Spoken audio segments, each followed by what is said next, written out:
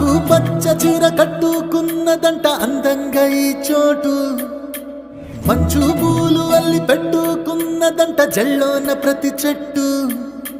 మబ్బు తెరలు ఎన్నో చుట్టుకున్నదంట ఈ గాలి మెరిసేటు,